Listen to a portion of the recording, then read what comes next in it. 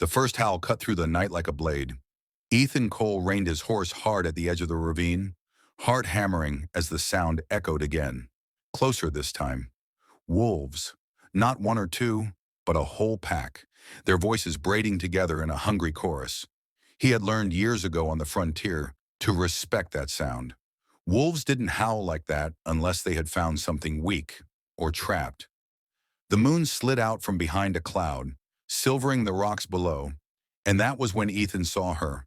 She was tied to a dead cottonwood at the bottom of the ravine, wrists bound high above her head, ankles fastened to iron stakes driven into the frozen ground. Her dress, Apache made, beaded and torn, clung to her thin frame. Blood streaked one cheek where someone had struck her.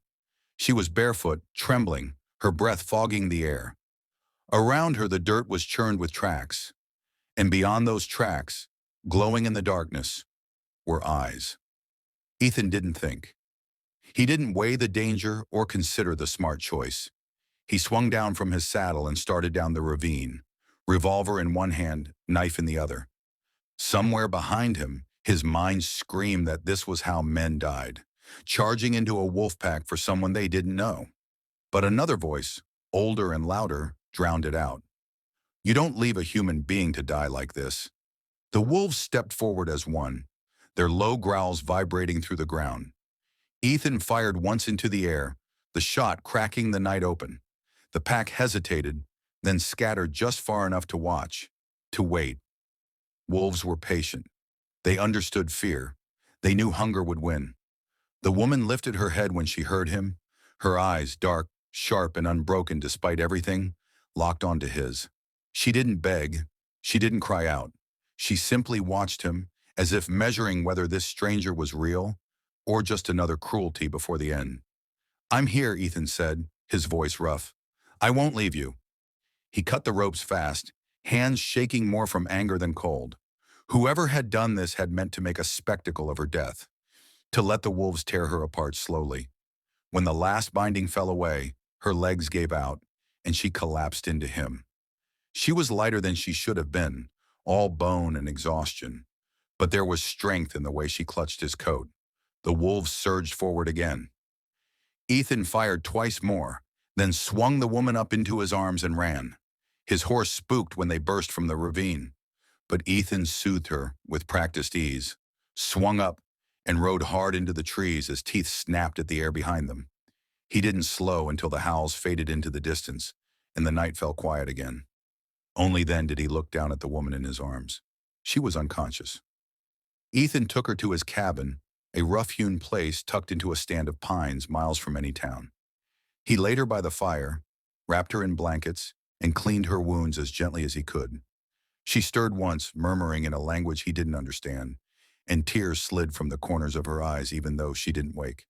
By dawn, she was burning with fever. For 3 days, Ethan barely slept.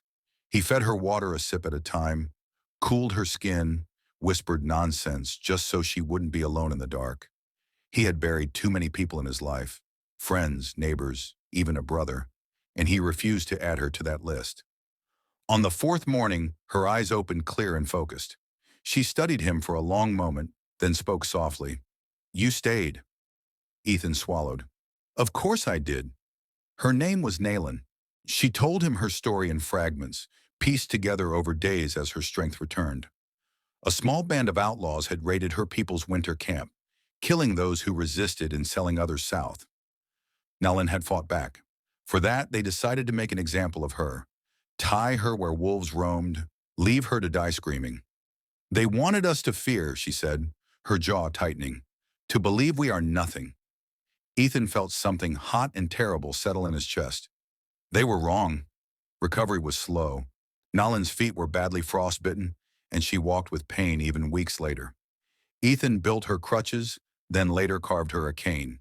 She helped where she could, mending, cooking, teaching him Apache words and laughing when he mispronounced them. Her laughter was quiet at first, like she didn't trust it, but over time it grew stronger. So did something else. They talked late into the nights, about loss, about survival, about the cost of hate. Ethan told her about his brother, killed in a senseless skirmish years ago. Naylan told him about her mother, who had taught her that strength was not loud, but steady. Danger returned one evening in the form of hoofbeats. The outlaws had followed the trail.